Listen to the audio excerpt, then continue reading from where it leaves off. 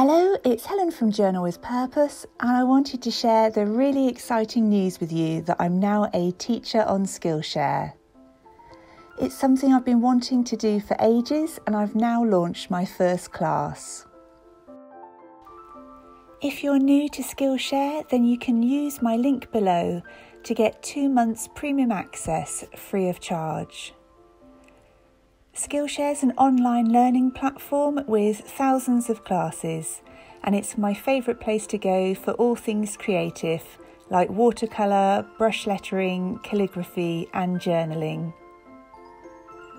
Skillshare classes are project based, so at the end of my class you'll be encouraged to follow along and upload your pages so that I can see your creations and offer you some feedback. And I'm now going to show you a short trailer showing different bits of my class. I really hope you enjoy it, and I would absolutely love to see you over on Skillshare. Thank you ever so much for watching. Hello, I'm Helen Colebrook and welcome to my first ever Skillshare class. I decided I wanted to teach on Skillshare because I get lots of questions about how to start a journal, what types of things to write about, so I'm going to run through all of those things in today's class. So we'll be looking at 3 different types of backgrounds you can create on your journal page to get you past that fear of the blank page. I'm going to look at how to add different creative elements and structure your pages, and also talk about the different kinds of things that you can write about in your journal. I'm certainly not precise in where I add those different splotches of colour. The only thing I'm trying to bear in mind is making sure. In this next class, I'm going to share with you 2 different ways to use stencils on your backgrounds. One of the reasons I love using stencils and ink pads is it's another really quick and easy way to get started on your pages.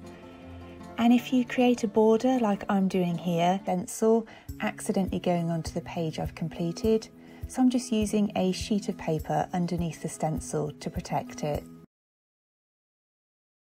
Before I glue anything down, I always like to play with the arrangements of the different pieces of paper just to check that I'm happy with the overall effect.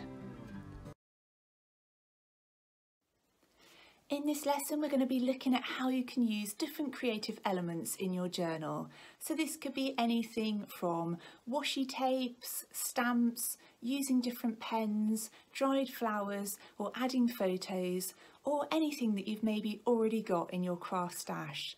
So we'll be looking at composition and how you can use different colours to really make your journal pages pop. It's washi to both sides, and now I'm adding some stamping to both sides. It just gives that overall feeling of the page being balanced. There's nearly always a way to fix it, and sometimes just doodling around the designs can really make a big difference. And again, I'm going to add one to each side of my journal pages. I often get asked about the sorts of things I write about in my journal, so on the next slide I'm going to show you some of my favourite topics. Now that we've finished all of the lessons, it's time to talk about your class project.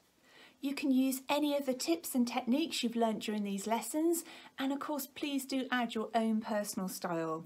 That's one of my favourite things about journaling, is that even if you use the same things you've learnt today, every single person's journal pages will be completely different.